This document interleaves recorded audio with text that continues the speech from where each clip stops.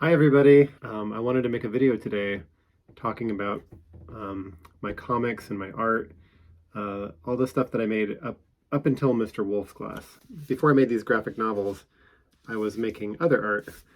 I do a lot of school visits, and during these visits, I don't get a chance to explain everything, and I really kind of wanted to make a video that documented just all the work that I've been doing to make comics, and so I hope it inspires you to make your own art. So when I was a kid, I always liked to draw. I saved some drawings from when I was younger. Like here's a picture of Spider-Man. I was really into like the Ninja Turtles. They are still a thing, which is incredible to believe. But I watched the video games, I watched the TV show. I played the video games, and that kind of came out in my art. All of the world of the Ninja Turtles. So I had all the toys as well. So I would draw these pictures. They do have elements of comics to them. Some of them, like this one, has word balloons. There's some sound effects. But a lot of the art I was making, I was copying. So I remember copying this Huey, Dewey, and Louie DuckTales Uncle Scrooge drawing, specifically from something else. Here's actually kind of a comic. Character saying, "We'll be right up. Climb on up, guys. Cowabunga." Yeah, so a lot of my creativity was in copying things that I liked. Oh, here's a cool one. This is definitely a comic on a large sheet of paper. I would I would for some reason crumple up my drawings. That's why it's all wrinkled, and I would stuff them in my pocket, and then they got really soft like tissue paper.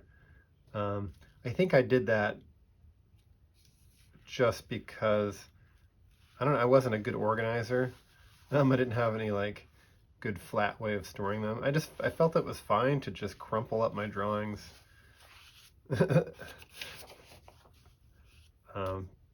Batman. I don't know why I cared so much about superheroes, but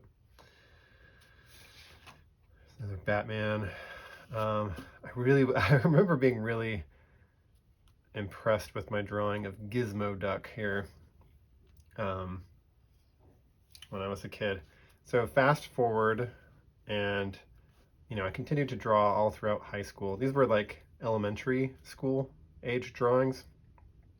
Middle school, I made art. High school, I made art. I don't have any of that art still. For some reason, I was really embarrassed by it in my early 20s, and I got rid of it all. But I kept this stuff at least. I decided I was going to be a scientist, and so when I went to college, I wanted nothing more to do with art, so I studied science, and I love science. But it was a fantasy that I would become a doctor or a surgeon or a chemist or something, because as soon as I saw the movie Princess Mononoke by Hayao Miyazaki and Studio Ghibli, this was 1999 or 2000. It was my first year in college, and it blew my mind. And I knew then I had to become an animator. So that changed the course in my life. And I changed the school classes I was taking, and I actually took a year off from school. I took a year off from college to figure out what I was going to do. I learned how to make animation during that time, and then I went to an animation school in Canada. Here is a little bit of the animation from the student film that I made. All the drawings were done on animation paper, and it was about this cat. and this cat, in this sequence, this cat knocks over a potted plant that like rubs up against it. And I'm going backwards right now. It rubs up against this potted plant and knocks it over. And as you can see in animation, I mean, these are hundreds of drawings. And this is just one scene. This is just a couple seconds in the whole film. And I have to draw the background separately. That's all put together in the computer after you scan the drawings. Let's see if I can actually flip this so you can actually see the animation. The whole film can be found online. I do have a Vimeo account. I don't have it on my YouTube. Anyway, let's see if we can do this.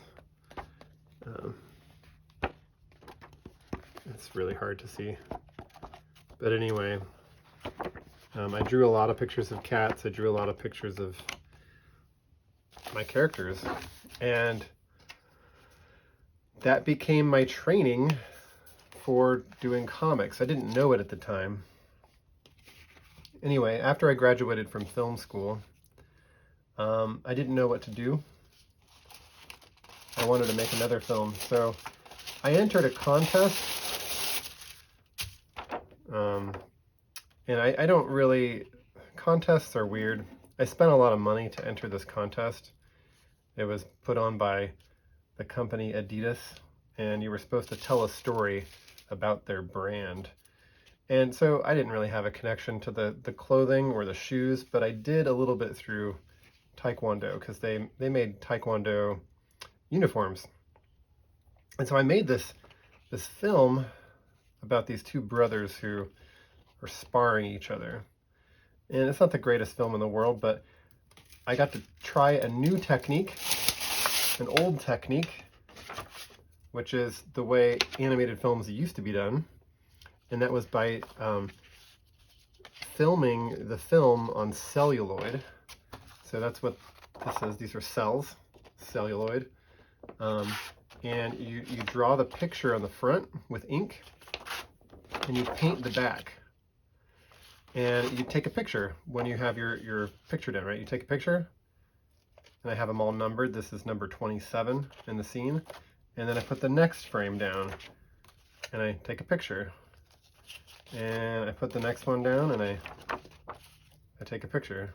So when you play it back, you would see the background would stay the same, and but the drawings would change, right? So here's, you can kind of, this was a slow motion scene, so you can kind of see that this character's foot's coming down. This is online somewhere too, but you know, and these are hundreds of drawings that I had to draw many times over.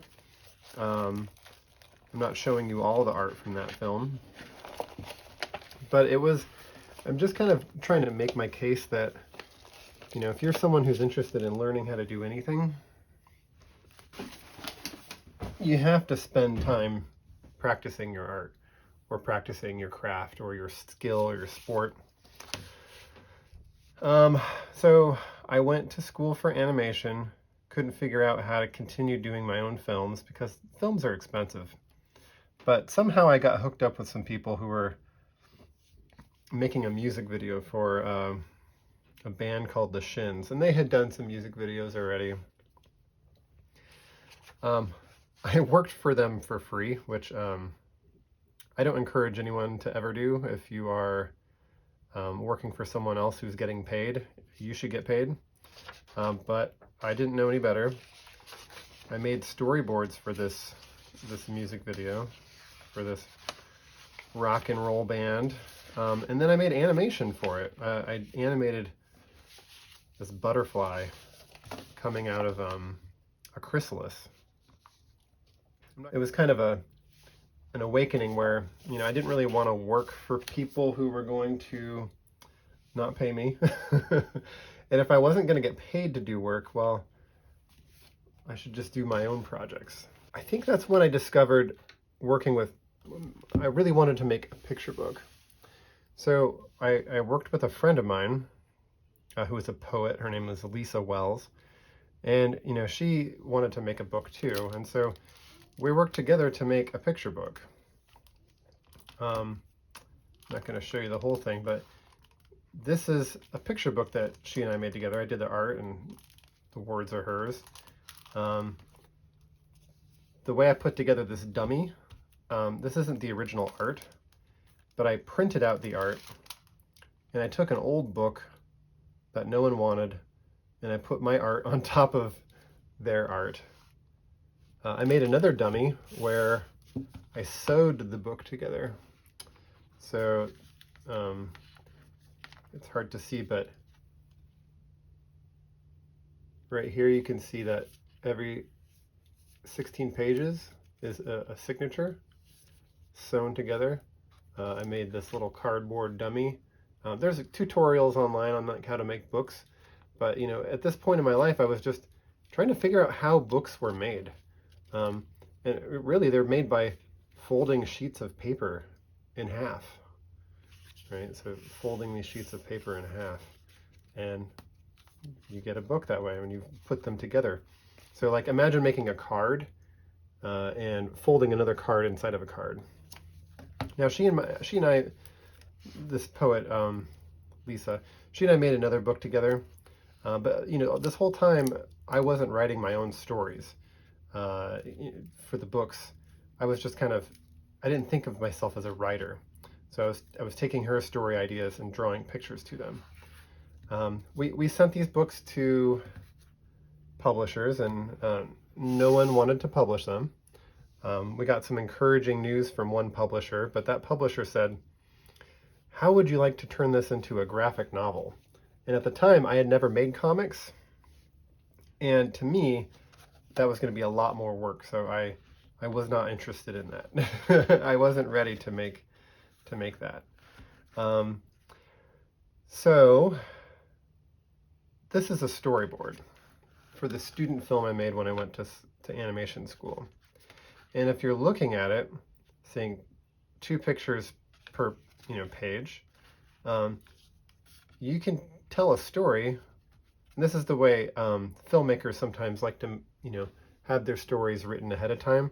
They might write the story and then they draw pictures, or hire someone to draw pictures to tell the story, and then they film it.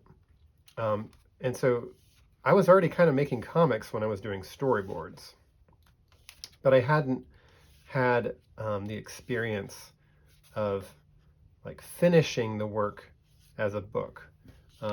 So I discovered that doing comics would be a good idea because I like them. And let me show you some of my early comics work. I started reading them and discovering comics that I liked. And I had learned that, when cartoonists make comics, they draw on really big paper and they use black and white ink, or they use black ink. And so I started making this big comic on these big sheets of paper, and it took me a long time to draw it. And I made about 48 pages in the same style, but I wasn't happy with the story. I was kind of happy with the art, but I was also making a lot of mistakes, and it would take me forever to do the work. And again, I didn't really like the story, so I had to learn something new. And I learned that by just writing in my sketchbook. I found that I had some stories I wanted to tell about my own life. And so I started I had a sketchbook, and I would fill up a sketchbook every couple months. And I just started telling these stories in little comics panels with stick figures. But I found that I liked the stories this way, that they were actually interesting to read. Maybe the art wasn't that great, but I could draw them again. So that's what I started doing. My first comics that I made were made for adults. So here's an example of, so I did this book, okay, it's called Big Plans. That was the first comic I published.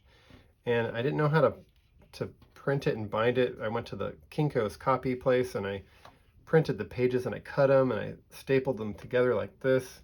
That's not really a good way to do it. Anyway, I got a grant to publish the book. And I published about 5 issues of this comic series. Here's an example of some of the art from the later ones. I just drew very simple characters. This is myself and my wife. And it just gave me a lot of experience of drawing comics. You know, I had a lot of experience drawing animation, but never, you know, characters speaking to each other. And I had a lot of fun doing it. So, you know, you can find this book online. It's a collection of all of those comics. It's not for kids, so, you know, I'm not recommending it for kids. It's still out there, but this is, you know, the early work that I made that led me to making books for kids. So the first book I made for kids that actually got made was just for a classroom assignment. I started going back to school for teaching. I wanted to become a teacher. And so the classroom assignment was to make your own picture book in a class that I had. And so I made a 16-page picture book that I didn't think about. I just started drawing it. I started drawing this character with cats. And I started making a rhyming picture book. I have cats, so yes I do. I might be crazy, and so might you. I've got cats galore and cats to spare. I think some of this wording changed later. So I made this 16-page book. And then I added 16 more pages. And I kind of made more of a story to it. And I published it myself. I found a printer in Portland, Oregon that would print these books. I used student loan money. I don't recommend that either, but that's what I did. Money that I had loaned to me to go to school. I used some of that money to print these books. And I printed about 1,000 of them.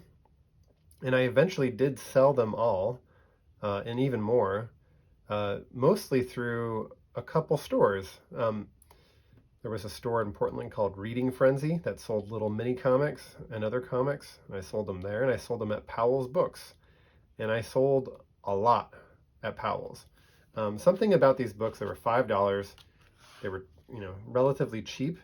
And I guess they appealed to people. So I sold a bunch of them. And I thought, you know what, okay, my kids' books are more interesting to people, it seems. So maybe I can find a publisher for this book. Remember, I wasn't successful in finding publishers for these books. And I have other books I've even written that have never been published. But this was the first book that I had professionally published.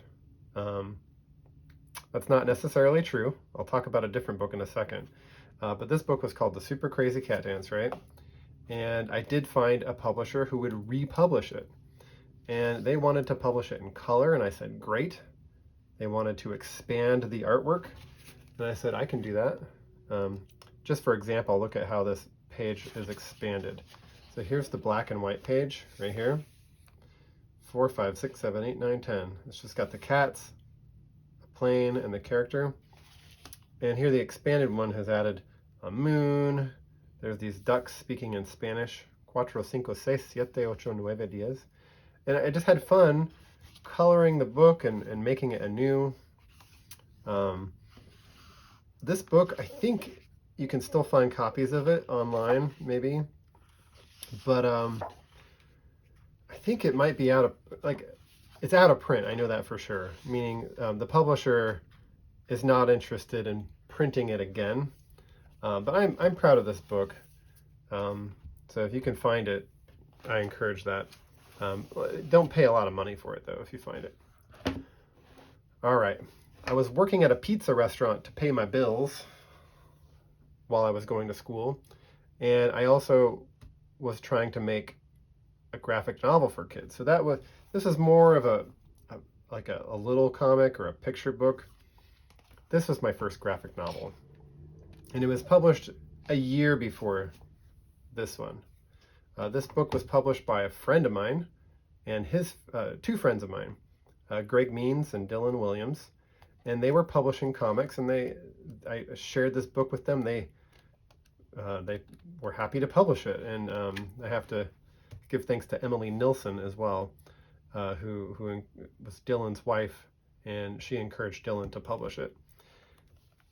This book is published in 2009. I wanted to share with you the art and how I made that book.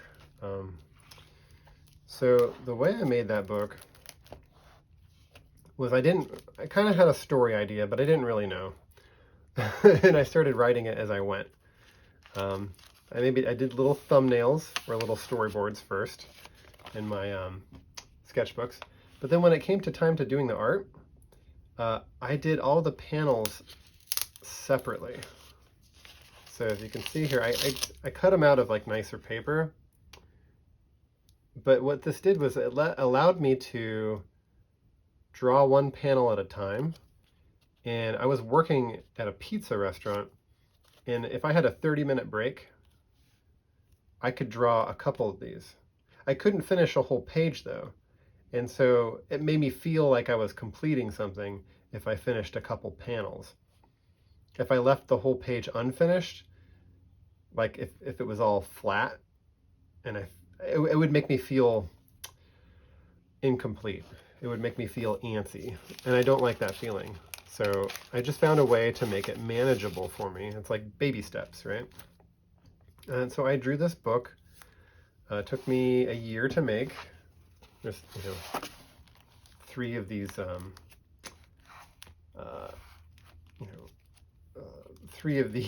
sorry, I can't think right now, portfolios or folders that have these, the art in it.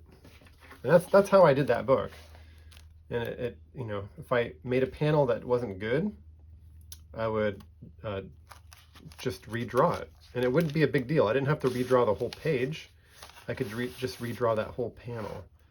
Or if I made a mistake, like here, I think I had something else written there, and I covered it up with white paint. Or I could cover it up with another piece of paper and glue it on. So that is the creation of that book, Neptune. Now, Neptune was also published in French, which was a real highlight for me, career highlight, by a publisher called Edition Sila, which means like this and that. And they made green end papers. And to make it in French, they had to delete all the English words and put in French words, right? So I guess splash is still splash in French. But bark, bark, bark is abois, abois, abois, I guess. Pardon my French. Je ne parle pas français. Anyway, that was really cool that they were able to publish this book in French. I think that book is still available. You can even get it on Kindle in French, I think. But, after I did the Super Crazy Cat Dance, I submitted another book to Blue Apple Books, who did that book in color. And we did a book called The Super Duper Dog Park. This one was pretty fun. I had some big changes that the publisher wanted me to make. Was not too happy with the big changes, but overall it worked out. You can still get this book on Epic. I think you have to have Epic Unlimited, but I think the print version is out of print. But at least you can get it on Epic, which was really cool. Now, I became a teacher in 2010, and I didn't have a lot of ideas on how to go forward and what books to tell, what stories to tell. But my wife came to me one day with a story idea about a couple kids who find a mysterious box in their attic. They open the box and it leads them to adventure and mystery and some, kindergarten level scary stuff. Like a Twilight Zone world where the world is turned upside down. The kids go to a zoo, but the zoo, instead of having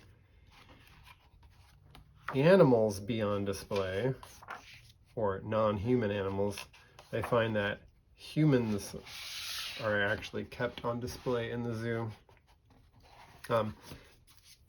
That was a book that my wife wrote, Ariel Cohn, and I wrote it, or I kind of wrote it with her.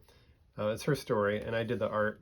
The publisher First Second published it, and that really saved me because I didn't really have a lot of story ideas I wanted to tell at the time, and my wife had that idea, and we ended up winning a bunch of awards for it. We won an Eisner Award, Oregon Book Award, and that was like not expected at all.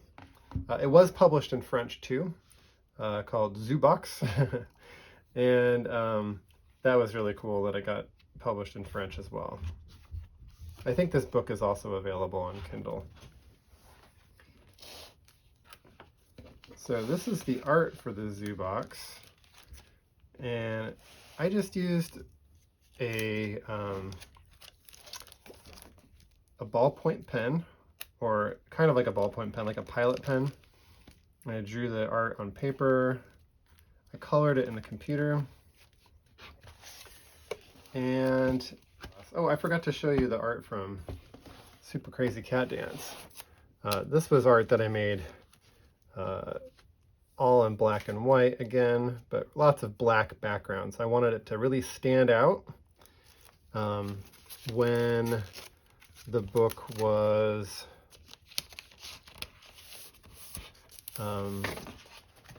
printed in black and white. So here is an example of the big artwork I was making for that book. You can see on the back, here's the original 2 pages, but I added art to it. So I cut it out and spliced it into a new piece of paper. And this kind of brings us up to the point where I started drawing Mr. Wolf. Mr. Wolf's class comes later, but that will be the next video where I talk about Mr. Wolf and how that became a comic and how it became Mr. Wolf's class. So thank you for watching this video, and I hope you're inspired to make your own work. Bye.